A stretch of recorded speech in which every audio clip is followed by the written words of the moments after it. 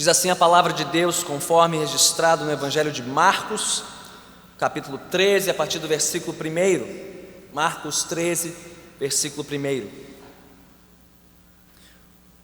Quando ele estava saindo do templo, um de seus discípulos lhe disse: Olha, mestre, que pedras enormes, que construções magníficas. Você está vendo todas estas grandes construções? Perguntou Jesus.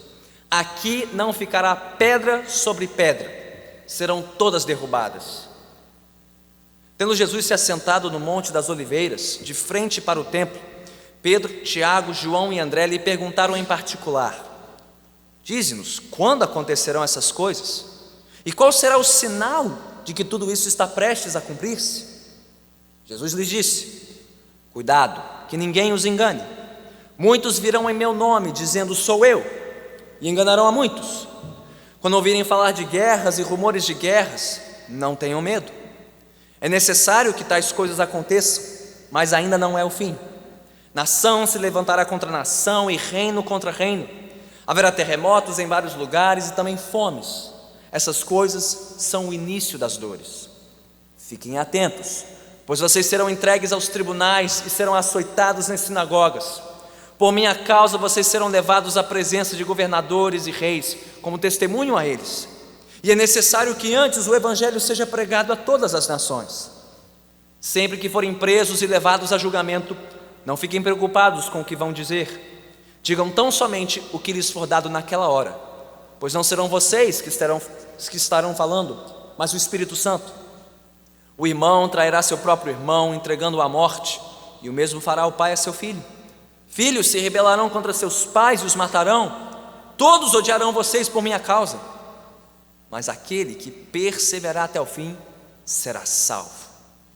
Quando vocês virem o sacrilégio terrível no lugar onde não deve estar, quem lê entenda. Então os que estiverem na Judéia fujam para os montes.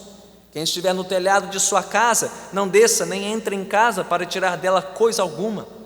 Quem estiver no campo, não volte para pegar seu manto. Como serão terríveis aqueles dias para as grávidas e para as que estiverem amamentando. Orem para que essas coisas não aconteçam no inverno, porque aqueles serão dias de tribulação como nunca houve, desde que Deus criou o mundo até agora, nem jamais haverá. Se o Senhor não tivesse abreviado tais dias, ninguém sobreviveria. Mas por causa dos eleitos, por Ele escolhidos, Ele os abreviou. Se então alguém lhes disser: Vejam, aqui está o Cristo, ou vejam, ali está Ele, não acreditem, pois aparecerão falsos cristos e falsos profetas que realizarão sinais e maravilhas para, se possível, enganar os eleitos. Por isso fiquem atentos, avisei-os de tudo antecipadamente. Mas naqueles dias, após aquela tribulação, o sol escurecerá e a lua não dará sua luz, as estrelas cairão do céu e os poderes celestes serão abalados. Então se verá o Filho do Homem vindo nas nuvens com grande poder e glória. E ele enviará os seus anjos e reunirá os seus eleitos dos quatro ventos, dos confins da terra até os confins do céu. Aprendam a lição da figueira. Quando seus ramos se renovam e suas folhas começam a brotar, vocês sabem que o verão está próximo. Assim também, quando virem estas coisas acontecendo, saibam que ele está próximo, às portas. Eu lhes asseguro que não passará esta geração até que todas estas coisas aconteçam. Os céus e a terra passarão, mas as minhas palavras jamais passarão. Quanto ao dia e à hora, ninguém sabe, nem os anjos no céu, nem o Filho, senão somente o Pai. Fiquem atentos, vigiem, vocês não sabem quando virá esse tempo. É como um homem que sai de viagem. Ele deixa sua casa, encarrega de tarefas cada um dos seus servos e ordena ao porteiro que vigie. Portanto, vigiem, porque vocês não sabem quando o dono da casa voltará, se à tarde, à meia-noite, ao cantar do galo ou ao amanhecer. Se ele vier de repente, que não os encontre dormindo. O que lhes digo? Digo a todos: vigiem. Louvado seja Deus. Pela sua palavra oremos. Senhor bendito, dá-nos a plena consciência nesta noite que essas não são palavras vindas de homens, São palavras proferidas pelo teu santo Filho Jesus Cristo, ninguém mais, ninguém menos que o co-criador dos céus e da terra, o regente Senhor do universo, o governante das nações, aquele que é soberano sobre toda a história. Ó Pai, que esta realidade cause em nossos corações, traga sobre nós um profundo temor e tremor, sabendo que perante nós estão as únicas palavras que podem nos confortar e nos capacitar para chegarmos até o fim da história e da nossa história, não para o nosso juízo e perdição, mas para a nossa salvação.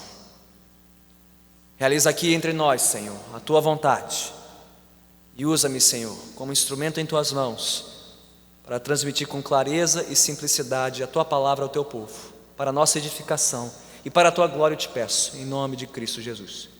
Amém. Podemos sentar.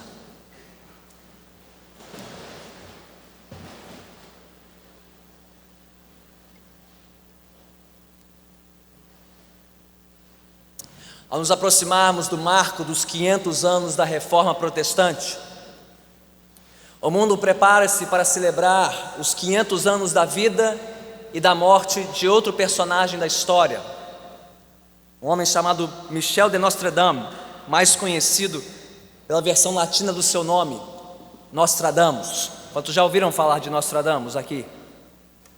Bem, Nostradamus foi um médico renascentista, nascido na França no início do século XVI, que ficou mais conhecido pelas suas incursões na astrologia e no ocultismo, inclusive que gerou um livro escrito por ele, seu livro mais famoso, As Profecias, que são uma coleção de versos que, segundo muitos dos seus leitores e intérpretes, traz consigo um anúncio codificado do futuro.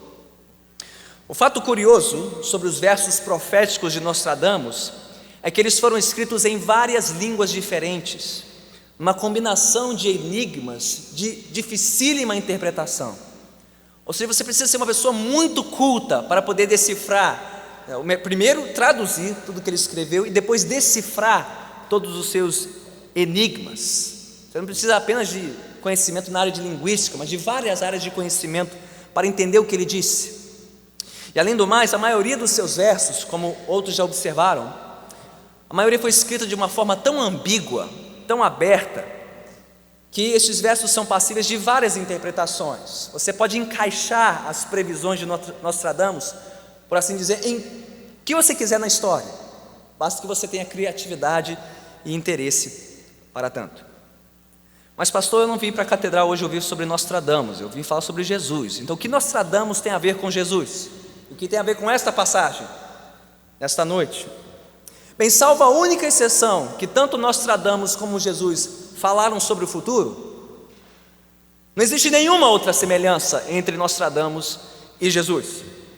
Isso porque, diferente de Nostradamus, Jesus falou de uma maneira muito clara aos seus discípulos, numa linguagem de fácil compreensão sobre o que haveria de acontecer até o fim dos tempos, para que todos tivessem conhecimento disso, até mesmo os pobres galileus que estavam acompanhando na sua jornada a Jerusalém.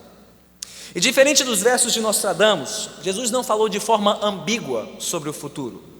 Ele falou de uma maneira muito precisa e muito detalhada sobre o que haveria de acontecer logo na próxima geração da igreja e nas gerações seguintes na história do seu povo até a sua volta.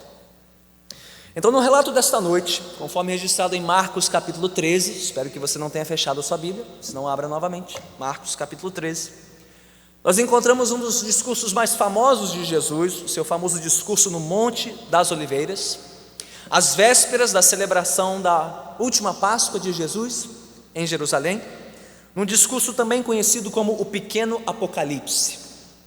Neste discurso, novamente, nós ouviremos Jesus falando de uma maneira muito clara, de uma maneira muito aberta, sobre o que aguardava os seus discípulos até o fim da história.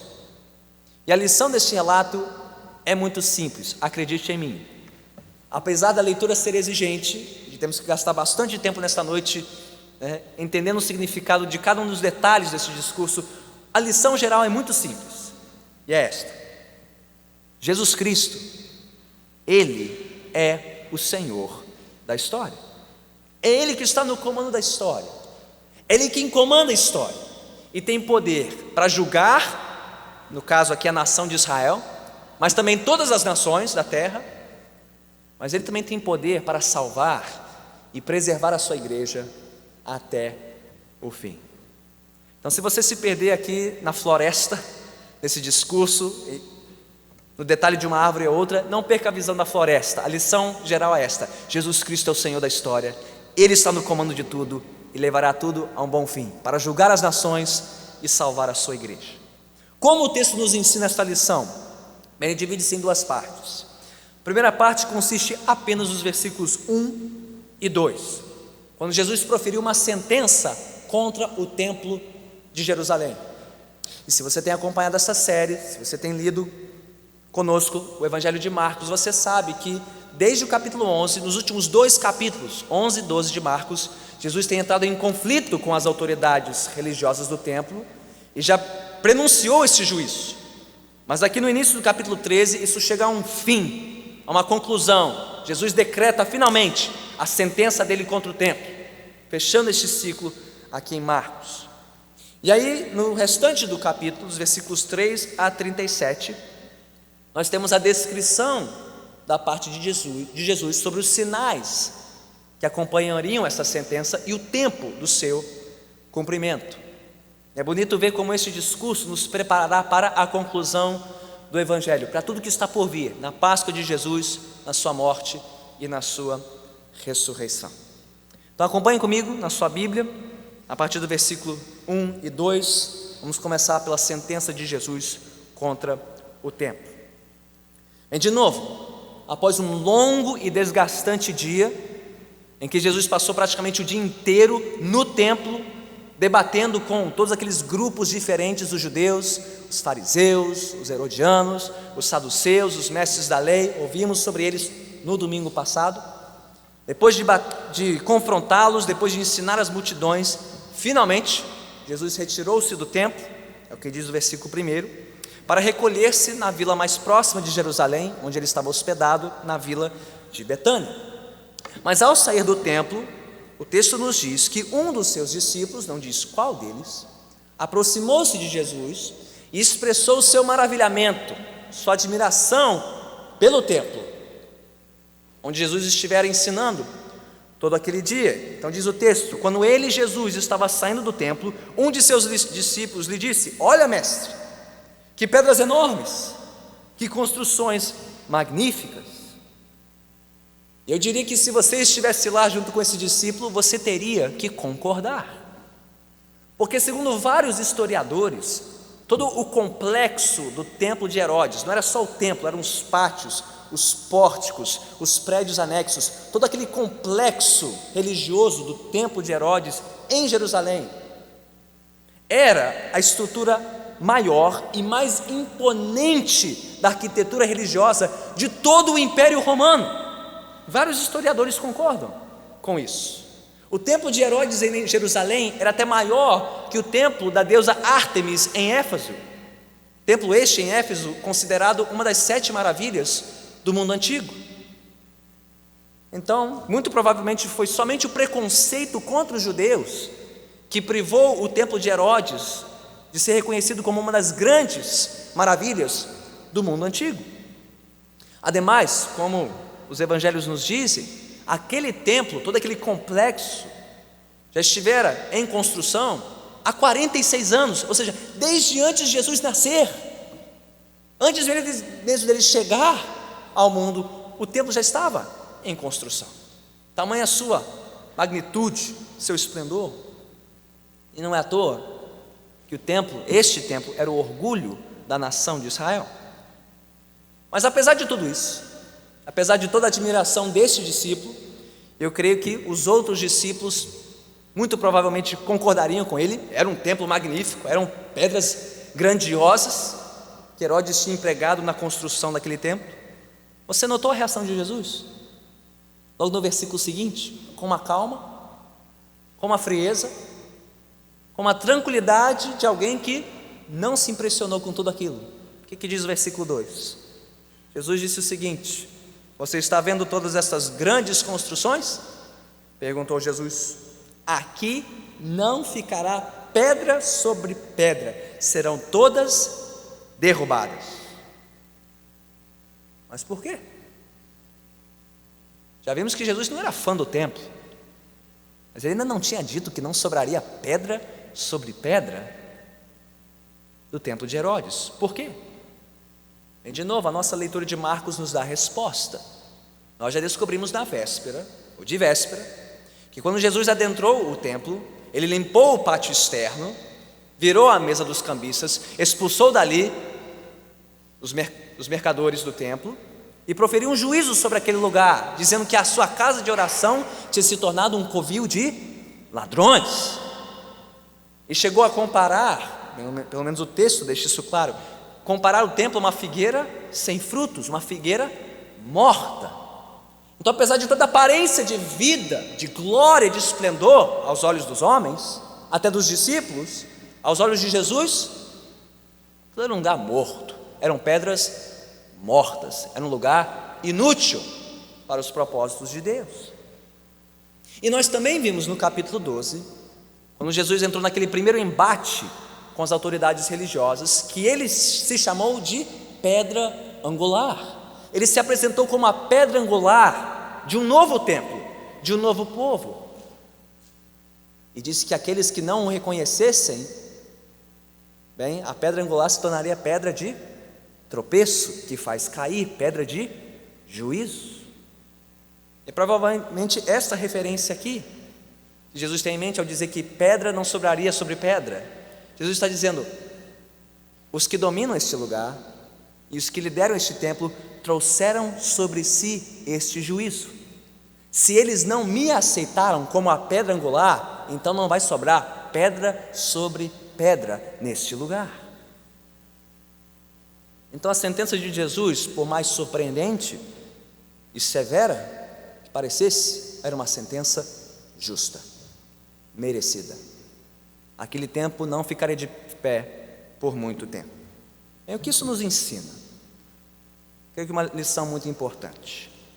Nenhum empreendimento e nenhum projeto religioso, por mais magnífico e glorioso que possa parecer aos olhos humanos, permanecerá de pé, a não ser que a sua pedra angular, que seu firme fundamento seja Jesus Cristo, o Senhor. Aliás, à luz da história, essa história de reconstruir o templo de Salomão, o que Herodes estava tentando fazer aqui? Reconstruir o templo de Salomão e levar Israel de volta para os dias de glória. Essa história costuma terminar bem? Não. Recado para aqueles no Brasil que querem reconstruir o templo de Salomão: essa coisa não costuma terminar bem. Não sobra pedra sobre pedra, é o que ensina a história. Afinal de contas, não é o que as pessoas pensam sobre tais projetos. O que importa é o que Jesus Cristo pensa dessas pessoas e do que eles edificam neste mundo. E de novo, se Cristo não for o centro, se Ele não for o fundamento, pode ser grande, pode ser bonito, pode ser atraente, mas não ficará de pé para sempre. Essa foi a sentença. Mas o restante do capítulo nos mostra a reação, ou a repercussão desta sentença, não? Seguimos então para o discurso de Jesus, em que ele falou sobre os sinais e o tempo em que esta sentença se cumpriria. Bem, você pode imaginar os discípulos com tudo isso, alvoroçados, perplexos. O quê? Este templo, o de Herodes, está em construção há 46 anos? Como assim? Não vai sobrar pedra sobre pedra. Não, encosta aí, encosta Jesus aí no primeiro refúgio, no Monte das Oliveiras. Para tudo, e temos que falar sobre isso. Como é isso? Como assim esse templo não ficará de pé? Não é isso que o texto diz no versículo 3? Em outras palavras, tendo Jesus se assentado no Monte das Oliveiras, de frente para o templo, Pedro, Tiago, João e André lhe perguntaram em particular: dize-nos, quando acontecerão essas coisas? E qual será o sinal de que tudo isso está prestes a cumprir-se? Eles perguntaram sobre o tempo e os sinais. E Jesus então profere um discurso que se divide em duas partes, em que ele vai falar tanto sobre o tempo como os sinais, mas na ordem inversa. Os discípulos perguntaram primeiro quando aconteceria e qual seria o sinal. Bem, Jesus inverte a ordem. Ele responde primeiro qual seria o sinal, o conjunto de sinais, e depois vai falar sobre o tempo, para mostrar que a agenda de Jesus não é igual à dos discípulos. O que é mais importante para ele, ou o que é mais importante para os discípulos, nem sempre é o mais importante para Jesus. O discurso vai dos versículos 5 a 37, dos 5 ao 31, Jesus fala sobre o conjunto de sinais que acompanhariam essa sentença. Ele encerra nos versículos 32 a 37, falando sobre o tempo destas coisas. Vamos olhar para isso juntos. Primeiro sinal, ou conjunto de sinais e seus respectivos alertas. Vamos dividir esta primeira parte do discurso em blocos menores. O primeiro bloco dos versículos 5 a 8, e nós podemos chamá-los de os sinais que parecem com o fim, mas não são o fim. Os sinais que poderiam fazer com que os discípulos pensassem que era o fim, mas que não eram o fim. Jesus começou por onde? Ele começa falando sobre tragédias naturais. Ele menciona no versículo 8 fomes, terremotos. Ele menciona no versículo 7 e 8 guerras, rumores de guerras, nações entrando em conflito.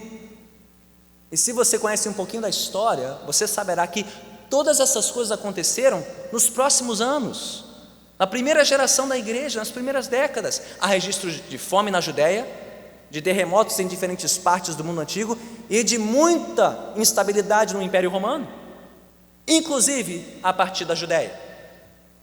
Talvez você se lembre que a Judéia era um lugar quente, politicamente falando, um lugar de rebeldia, de rebelião dos judeus mais exaltados, mais orgulhosos da sua história, os nacionalistas, os zelotes que pegavam em armas para lutar contra o poder opressor, que pensavam nos romanos e só diziam: é golpe, eles tomaram isso aqui, é golpe, não é deles, é nosso. Pois bem, isso ficaria muito evidente logo nos próximos anos, até a década de 60, 66 depois de Cristo, até o ano 70, quando houve uma guerra deflagrada entre os zelotes e os romanos, guerra esta que resultaria na destruição de Jerusalém e do templo, por conta dos romanos. E foi por conta dessa instabilidade, dessa reviravolta toda, que não foram poucos os judeus que se levantaram, se apresentando como os Messias, os Cristos, os libertadores da nação. Nós vamos libertá-los do poder opressor, nós vamos libertar Israel e levá-la para os seus anos dourados. O livro de Atos menciona alguns desses. Em Atos 5, 36 e 37, há um tal de Teudas e Judas, que tentaram levantar uma insurreição contra Roma, foram esmagados pelos romanos. Então é sobre tudo isso que Jesus está falando aqui neste primeiro bloco: guerras, rumores de guerras, falsos messias, pessoas se apresentando em nome de Jesus. É sobre tudo isso que Jesus está falando aqui e alertando os seus discípulos. Mas qual foi o alerta dele quando tudo isso acontecesse, quando os discípulos vissem tudo isso acontecendo? Versículo 5: cuidado, que ninguém os engane. Versículo 7 diz: não tenham medo, é necessário que tais coisas aconteçam, mas ainda não é o fim. O versículo 8: essas coisas são o início das dores. Está ruim? Vai ficar pior. Aí você pode imaginar os discípulos se dizendo: por que a gente perguntou, né? Foi fazer a pergunta, agora a gente vai ter que ouvir. Pense, isso é só o início. Fomes, terremotos, guerras, falsos cristos, é só o início. Então Jesus, o que vem por aí? O que vem depois então? Versículos 9 a 13, próximo bloco. Jesus falou sobre os sofrimentos necessários que precederiam o fim. Ele começa falando sobre oposição e perseguição aos discípulos por conta do seu testemunho do Evangelho, inclusive algo que ele já tinha anunciado no capítulo 8, talvez você ainda se lembre. Marcos 8,34. Quem quiser vir após mim, negue-se a si mesmo, tome sua cruz e siga-me. E aí Jesus começa a prometer vários sofrimentos para os seus discípulos, mas aqui ele começa a preencher o esqueleto disso, dar nome aos sofrimentos. E ele fala aqui sobre perseguição movida pelos judeus, versículo 9, a referência aos tribunais e às sinagogas. Ele faz referência à perseguição movida pelos romanos, a referência ainda no versículo 9 sobre governadores e reis. Jesus até detalha os tipos de hostilidades. Olha o detalhe, ele diz no versículo 9 sobre açoites, ele fala no versículo 11 sobre julgamento, e menciona no versículo 12 até morte. E não bastasse tudo isso, versículos 12 e 13 são ainda mais contundentes. Jesus disse que essa perseguição viria de dentro da própria casa, da família dos discípulos, irmãos contra irmãos, pais contra filhos, filhos contra pais. E diz o versículo 13: todos odiarão vocês por minha causa. Você consegue imaginar os olhos arregalados dos discípulos? Bem, a sentença não era contra o templo, parece que a sentença é contra nós agora. Açoite, julgamento, prisão, morte, denúncia dentro da nossa própria casa, todo mundo vai nos odiar. O que é isso, Jesus? É isso mesmo? Isso mesmo? Mas então por que Jesus disse tudo isso? Justamente para que os seus discípulos estivessem alertas. Olha o versículo 9, começa como? Fiquem atentos. Jesus vai repetir isso no versículo 23. Por isso fiquem atentos, avisei-os de tudo antecipadamente. E de novo no versículo 33, fiquem atentos, 3 vezes nessa passagem: fiquem atentos, fiquem atentos, fiquem atentos, abram os olhos. É para ficar de olho aberto mesmo, porque dias terríveis estão por vir. E você lê sobre isso já no livro de Atos de Apóstolos, tudo isso se cumprindo contra a igreja. Mas em tudo isso você notou uma forte nota de conforto e consolo? Mesmo quando Jesus está anunciando prisões e julgamentos, Jesus está dizendo: olha, vai acontecer, mas por meio disso vocês testemunharão de mim aos reis e governantes, versículo 9. E no meio de tudo isso ele diz: olha, apesar de tudo isso, o evangelho será pregado entre todas as nações. E no versículo 11 diz: apesar de tudo isso, o Espírito Santo vai estar com vocês, mostrando a vocês o que vocês devem dizer. E depois no versículo 13 diz: olha, mas aquele que perseverar até o fim será salvo. Então sim, será terrível, mas eu jamais os abandonarei. Eu estarei com vocês, capacitando-os e fortalecendo-os para perseverar até o fim. Mas onde ficou o templo em tudo isso? Essa história toda começou com o templo, não? Mas ele ainda não apareceu nessa história. Aparece agora, no discurso de Jesus. O próximo bloco, versículos 14 a 23, que representam aqui o grande pré-requisito para o fim da história. É a destruição do templo de Jerusalém. O que Jesus descreve aqui, a partir do versículo 14, tem a ver com isso, a destruição do templo. E ele usa uma expressão difícil aqui no versículo 14. Ele diz: quando vocês virem o sacrilégio terrível no lugar onde não deve estar, quem lê entenda. É o único lugar onde Jesus fala de uma maneira enigmática, e talvez até para proteger a igreja de uma perseguição dos romanos, porque seriam os romanos que destruiriam o templo. Jesus está codificando somente esta parte da previsão, mas ele usa uma expressão vinda do profeta Daniel, do livro de Daniel, que falou sobre um sacrilégio terrível. Na NVI é sacrilégio terrível, na Almeida é o abominável que causa desolação. Escreve a mesma coisa, vem lá do profeta Daniel, capítulo 11, 31, capítulo 12, versículo 11. Daniel previu algo que de fato já tinha acontecido no templo, quase 200 anos antes deste discurso de Jesus. No ano 167 a.C., antes de Cristo, um rei Seleucida, terrível, um tal de Antíoco Epifânio, o quarto, ele invadiu Jerusalém, ele suspendeu os sacrifícios no templo e ele sacrificou uma porca no altar do templo de Jerusalém. Lembre-se, porcos eram considerados alguns dos animais mais impuros dos judeus. Ele sacrificou uma porca no altar do templo do Deus de Israel. Daniel previu isso, e foi esta abominação que desencadeou a revolta dos Macabeus no segundo século antes de Cristo.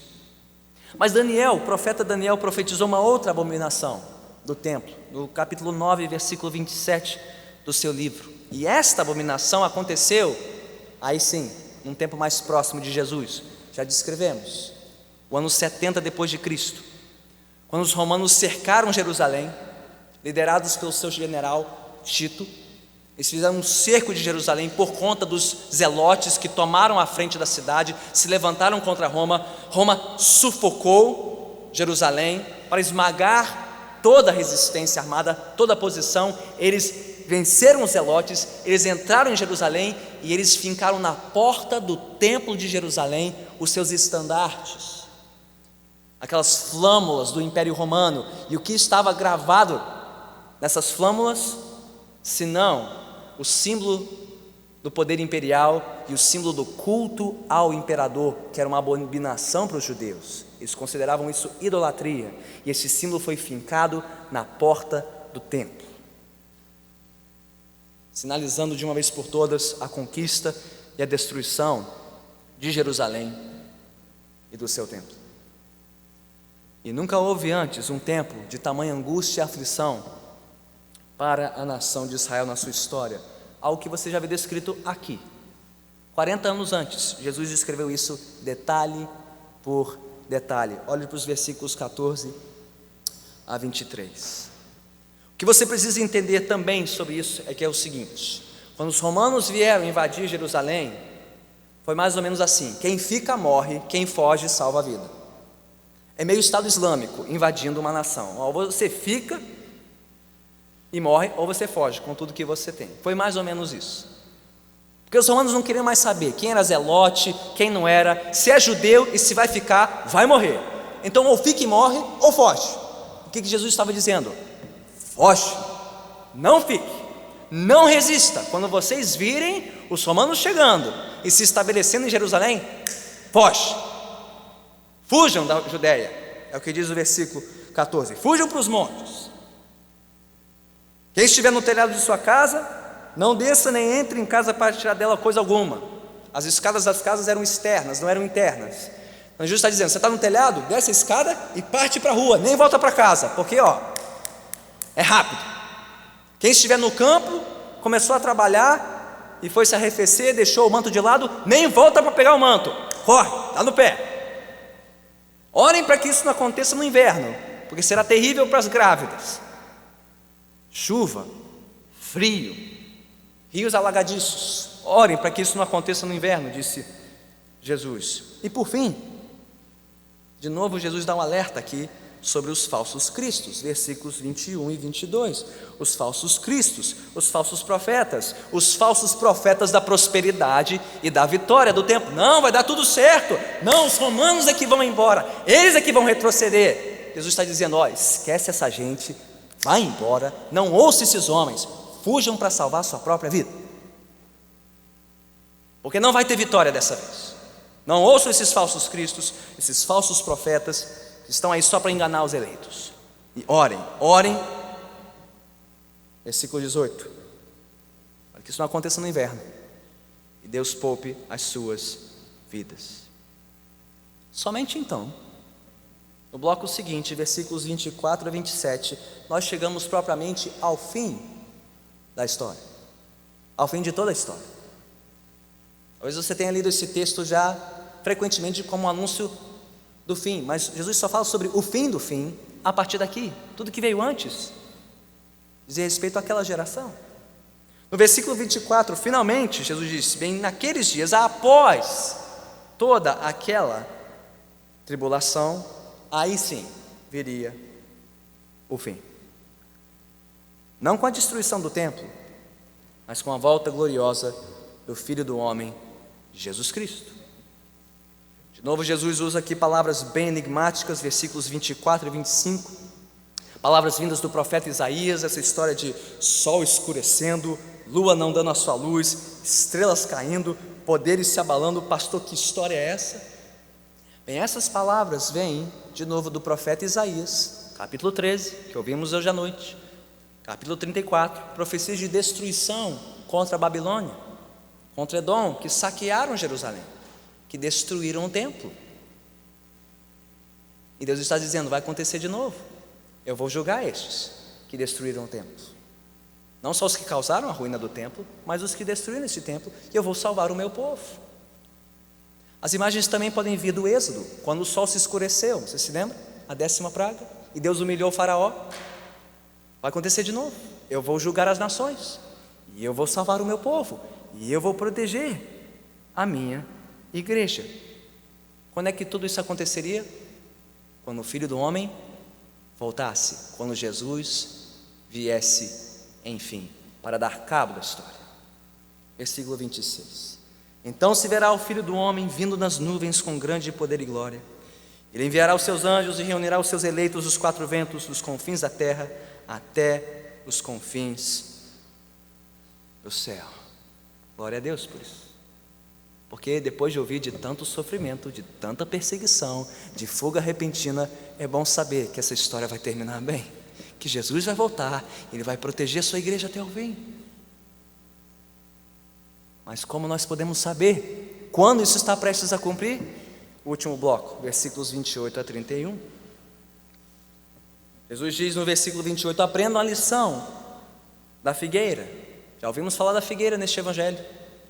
Jesus já usou a figueira como exemplo de juízo antes. Ele está dizendo: olha, vocês sabem olhar para a figueira. Lembre-se que a figueira, ela ficava sem folha nenhuma no inverno, parecia morta, mas lá para março, na primavera, ela começava a florescer e anunciava a chegada do verão. Jesus está dizendo: vocês sabem identificar quando o verão está próximo, quando a figueira começa a florescer. Bem, versículo 29, quando vocês virem estas coisas acontecendo, fomes, terremotos, guerra, perseguição, templo destruído, fuga em massa, você pode saber que o tempo está próximo, o fim está chegando. Então Jesus diz algo surpreendente no versículo 30, ele diz: eu lhes asseguro que não passará esta geração até que todas estas coisas aconteçam. E de fato aconteceu tudo, dentro de uma geração, dentro de 40 anos, fomes, terremotos, guerras, perseguições, prisões, julgamentos, açoites dos discípulos, templo destruído. Tudo se cumpriu ainda naquela geração que nem Jesus profetizou. Mas tem um desafio aqui. E a volta de Jesus? Será que Jesus acertou em tudo, menos a sua volta? Que a impressão que dá é que tudo se cumpriu menos o mais importante, que é o quê? Jesus não voltou definitivamente. A segunda vinda não aconteceu dentro da geração dos apóstolos, embora alguns pensassem assim, esperassem assim. Então será que Jesus acertou em tudo menos nisso? No mais importante, será que ele acertou a trave? Aos 45 do segundo ele acertou a trave? Não. De fato, Jesus não voltou antes do fim daquela geração, mas algo aconteceu que prefigurou o fim. Porque quando Jesus foi pendurado da cruz, os céus se escureceram, as estrelas não deram seu brilho.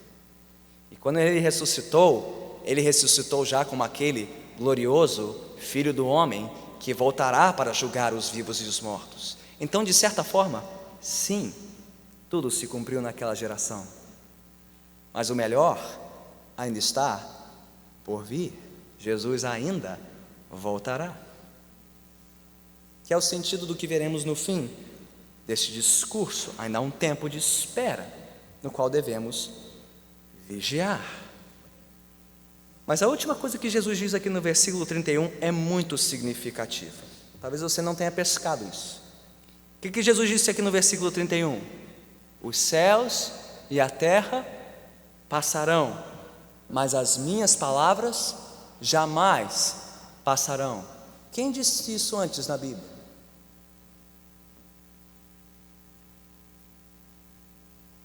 Isaías 48 diz: a relva murcha e as flores caem, mas a palavra de nosso Deus permanece para sempre. O que Jesus está dizendo aqui? Céus e terra passarão, mas as minhas palavras, que são as palavras de Deus, porque eu sou Deus, eu sou o Senhor da história, eu mando nisso tudo aqui, elas jamais passarão, e nisso vocês podem confiar. De novo, se você se perdeu entre as árvores e galhos desta floresta, não conseguiu acompanhar todos os detalhes da exposição, lembre-se disso pelo menos. Sabe o que tudo isso significa? Jesus está no comando da história. Nada foge dos planos de Deus. Ele está no trono, regendo tudo para o bem da sua igreja, mesmo quando parece que o mundo está conspirando contra Deus, contra os seus planos e contra o seu povo. O que Jesus está fazendo aqui, nesta parte do discurso, é como se ele estivesse como um general, abrindo o plano de guerra para os seus comandantes, e dizendo: olha só, vocês vão passar por aqui, vocês vão enfrentar uma brabeira, mas não é o fim. E depois vocês vão passar por aqui e vão sofrer, mas eu estarei com vocês. Aí depois vocês vão passar por isso aqui, vai parecer que é o fim. Não tenham medo, eu estarei com vocês. E depois eu vou aparecer para salvá-los no fim dessa batalha. Jesus está aqui desvendando uma pequena parte, uma pequena porção da história. E com tudo isso ele está dizendo: vocês podem ter certeza disso. Talvez vocês não entendam todos os detalhes, mas entendam isso: eu estou no comando disso. Quando parecer o fim, não é o fim. Quando o mundo conspirar contra vocês, eu estarei com vocês. Quando vocês tiverem que fugir, eu vou protegê-los dos enganadores. E depois de tudo isso, eu vou juntar vocês dos quatro cantos da terra e do céu, vou preservá-los, vou salvá-los e vou julgar as nações, porque eu sou o Senhor da história. É isso que Jesus está dizendo. Toda essa riqueza de detalhes, Ele é soberano, Ele está no trono. Os céus, a terra e as circunstâncias desta vida logo passarão, mas as palavras do nosso Rei jamais passarão. Você sabia disso? Você crê nisso? Quanto você realmente crê nisso? Especialmente quando as circunstâncias parecem apontar para o contrário de tudo isso. E que diferença faz saber que Jesus está no controle de cada detalhe da história? Cada fome, cada terremoto, cada guerra, cada rumor de guerra, cada açoite, cada prisão, cada julgamento, cada momento e movimento da história, e principalmente da história do seu povo e da sua vida também. Enquanto essas coisas continuam acontecendo em nossos tempos, Ele continua no controle de tudo. Mas Jesus ainda não respondeu a última pergunta, precisamos respondê-la. Ele só falou sobre os sinais, mas a pergunta é: e quando, Jesus? O tempo, Jesus. Marca no relógio para nós o dia, a hora. Nós precisamos saber quando exatamente tudo isso vai acontecer. E você deve ter notado um contraste gritante aqui entre essas duas partes do discurso de Jesus. Você notou isso? Toda essa riqueza de detalhes sobre os sinais, e na hora de falar sobre o quando, quase nada. Uma economia, uma timidez de palavras. Aliás, ele já começa frustrando os discípulos, logo no versículo 32. Assim, o dia e a hora. Vocês perguntaram: bem, quanto ao dia e a hora, ninguém sabe. Nem os anjos do céu, nem o Filho, senão somente o Pai. Será que Jesus está se fazendo menos que o Pai? Não. No versículo anterior, 31, ele acabou de se igualar ao Pai. As minhas palavras têm o peso das palavras do Pai. Eu sou Deus, tá? Mas não compete a mim saber, compete ao Pai. Ele já falou isso para Tiago e João no capítulo 10. Não compete a mim dar a vocês os lugares de honra, à minha direita e esquerda. Isso compete ao Pai, não compete a mim como filho. Não é a minha missão dizer para vocês isso. E vocês não precisam saber disso. O que Jesus está dizendo em outras palavras: vocês querem saber disso, mas vocês não precisam saber disso. Isso é importante, gente. O mais importante nessa história toda não é saber quando vai acontecer e exatamente o que vai acontecer. O importante é saber quem manda em tudo isso. É isso. Quem manda nisso? Quem está no controle? Não quando vai acontecer, mas quem é que vai mandar acontecer? É Ele, é o Senhor da história, Jesus Cristo, porque Ele é soberano. Então o dia, a hora, quem sabe? E se Ele não disse, é porque nós não precisamos saber. Essa que é a verdade. E meus irmãos, não é bom que seja assim? Não é melhor que seja assim? Porque se nós conhecemos um pouquinho da história e da natureza humana, se nós soubéssemos exatamente o dia e a hora, sabe o que ia acontecer? A gente provavelmente ia relaxar até a hora de Jesus voltar. É mais ou menos da história da prova anunciada. Se você sabe o dia e a hora da prova na escola, o que você vai fazer? Você vai matar a aula até o resumão, até o intensivão, para estudar de véspera e aí tirar nota para passar. É ou não é? Mas se o professor diz no início do semestre, vai ter teste surpresa. Quando? Não sei. Aí o que o aluno esperto faz? É melhor ele estar preparado em qualquer momento, em qualquer hora. É teste surpresa e não sabe. Então é bom que Jesus tenha feito isso. É bom que o Pai tenha feito tudo isso. Quando? Vocês não precisam saber. É melhor que vocês não saibam. Exatamente para vocês ficarem atentos, vocês vigiarem. Isso não explica as palavras finais do discurso? Versículo 33, fiquem atentos. E por 3 vezes Jesus vai dizer: vigiem, vigiem, vocês não sabem quando virá esse tempo.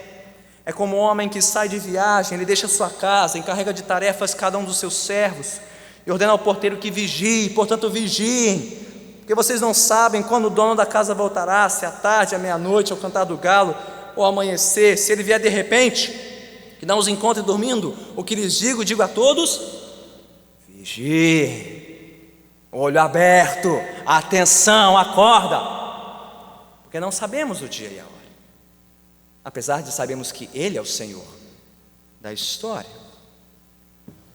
E Jesus usa aqui uma imagem muito interessante, e eu creio que é uma enorme dica aqui, sobre o porquê de Jesus demorar, por que ele ainda não voltou. Jesus aqui conta uma historinha de um senhor, de uma casa, que sai numa viagem e ele deixa os seus servos de prontidão e principalmente o porteiro para vigiar a casa.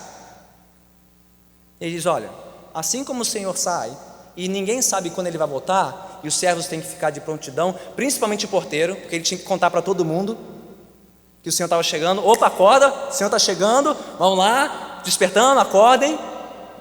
O curioso nessa história é que no mundo antigo, senhores não costumavam viajar de noite, porque a segurança nas vias imperiais era péssima à noite. Era ladrão e assaltante para tudo que é lado. Então, se um senhor não voltasse até de tardezinha, era muito provável que ele só voltaria no dia seguinte, o que faria com que os servos relaxassem e adormecessem tranquilos naquela noite até o próximo dia. Mas Jesus está dizendo: não, eu não sou esse tipo de senhor. Eu posso voltar à tarde, eu posso voltar meia-noite, eu posso voltar quando vocês menos esperam. E ai de quem estiver dormindo, porque se um senhor encontrasse os seus servos dormindo, a pena seria severa. Primeiro, pela vergonha de deixar o Senhor na porta, e segundo, ele ficaria à mercê dos ladrões e assaltantes. E o servo que fizesse isso com o seu senhor sofreria em dobro. Eu creio que aqui está uma enorme dica de Jesus, de que ele demoraria um pouco mais para voltar, e que todos nós deveríamos estar alertas, vigiando. Não vigiando menos, porque ele está demorando, mas vigiando mais. Ah, pastor, mas já se passam 2000 anos dessa história? Pois é, mas você sabe quando ele voltará? Não. É por isso mesmo que você deve vigiar. Então, é o que você está fazendo? É o que sua família está fazendo? É o que nós como igreja estamos fazendo? Porque se Jesus disse que céus e terra passarão, mas as suas palavras jamais passarão, isso quer dizer que nunca antes estivemos tão próximos da volta de Jesus como hoje. Pode ser mais um ano, mais um mês, mais uma semana, mais um dia, mais uma hora, mais um minuto. Quem sabe? Só Ele sabe. E o que você está fazendo a respeito? Você está pronto? Pronto para quando Ele vier? Julgar as nações, os que rejeitaram a sua palavra, e salvar aqueles que se arrependeram e creram nas suas palavras? Você está acordado? Pergunte à pessoa mais próxima: está acordado? Está alerta? Está atento? Vigie, vigie, vigie. Ou você está tão distraído com as notícias, com as manchetes, com o Twitter, com o Facebook, com o Netflix, que os seus olhos se desviaram do Senhor da história. Jesus voltará. Você pode ter certeza disso. Ele voltará. Vigie. Ou como disse Lutero brilhantemente: viva como se Cristo tivesse sido crucificado ontem, houvesse ressuscitado hoje e fosse voltar amanhã, e talvez até antes de amanhã. Então, para aqueles que não conhecem de perto as palavras de Jesus, estes talvez se impressionem com alguém chamado Nostradamus. Talvez se impressionem com seus enigmas, com as suas profecias. Podem achar este homem interessante, atraente, quem sabe até convincente. Ainda mais porque, como dizem testemunhas da época, Nostradamus profetizou de véspera a sua morte. Ele foi deitar uma noite e disse para o seu servo: amanhã você não vai me encontrar vivo. De fato, ele morreu no dia seguinte. Grandes coisas. Porque eu te pergunto, o que é isso comparado a Jesus Cristo? Aquele que profetizou o movimento da história, etapa por etapa, detalhe por detalhe, dali até o fim da história. E ele não só profetizou a sua morte em detalhes, ele profetizou a sua ressurreição, o que Nostradamus nunca fez e nem poderia fazer.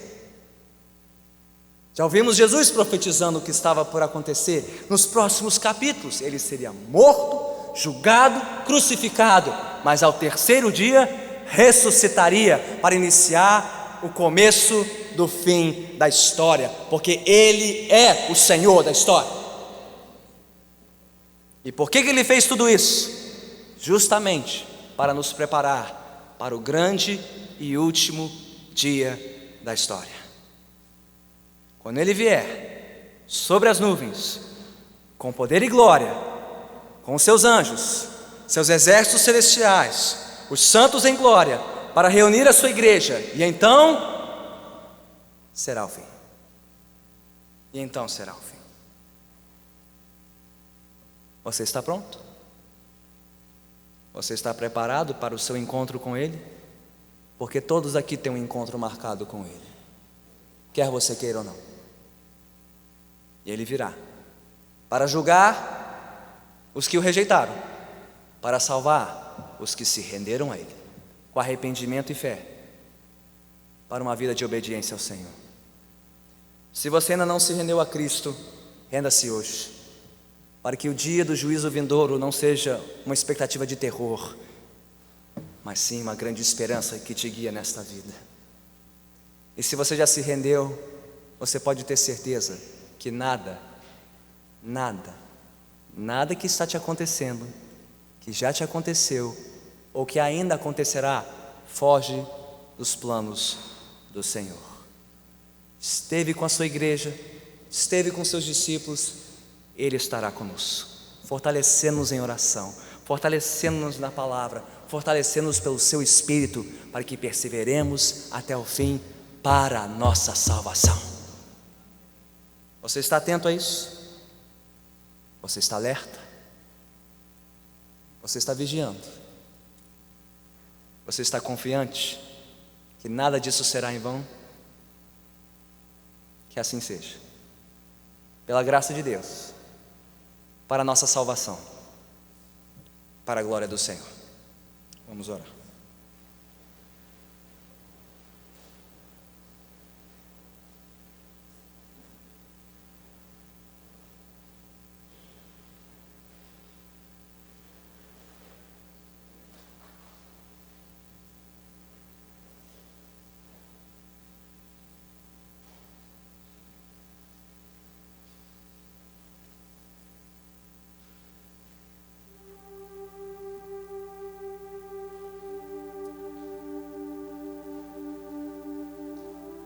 Senhor bendito, ao nos aproximarmos mais e mais do fim da nossa história e do fim de toda a história,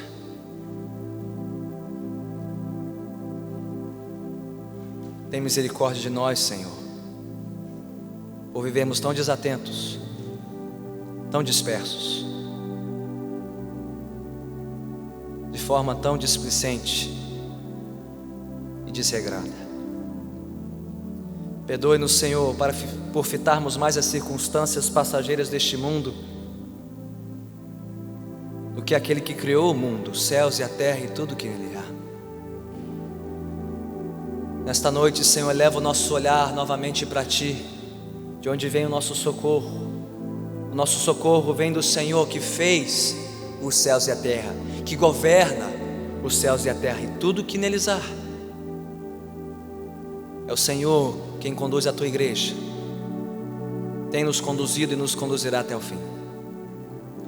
Mas nessa noite, Senhor, renova o Teu perdão e a Tua graça em nossas vidas e desperta-nos do nosso sono.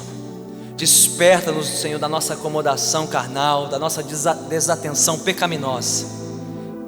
Pela Tua palavra e pelo Teu Espírito, ajude-nos a vivermos atentos, alertas, vigilantes, como servo vigilante à espera do seu Senhor. Por mais duras e variadas que sejam as nossas privações e provações, que saibamos disso: o Senhor reina, o Senhor está no trono e nada pode nos separar do Teu grande amor por nós em Cristo Jesus.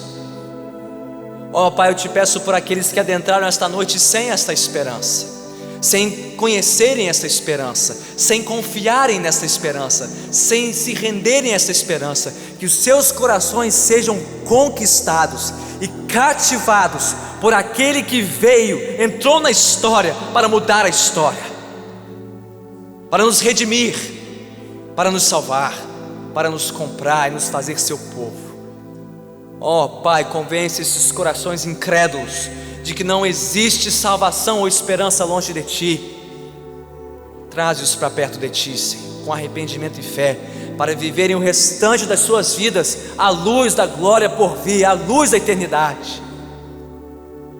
E Pai, mesmo por aqueles, muitos de nós, que já se renderam antes, eu Te suplico, estampa em nossos olhos a eternidade, estampa em nossos olhos a glória do porvir. Ajude-nos a viver, Senhor, cada momento restante da nossa vida à luz da glória do porvir, para que quando Cristo voltar, nós possamos reinar com Ele em glória e testemunhar do juízo das nações, para o louvor do Teu santo nome. Mas assim Te suplicamos, Senhor. Por tudo isso te agradecemos, em nome do Teu santo Filho Jesus Cristo, que vive e reina para todo sempre. Amém.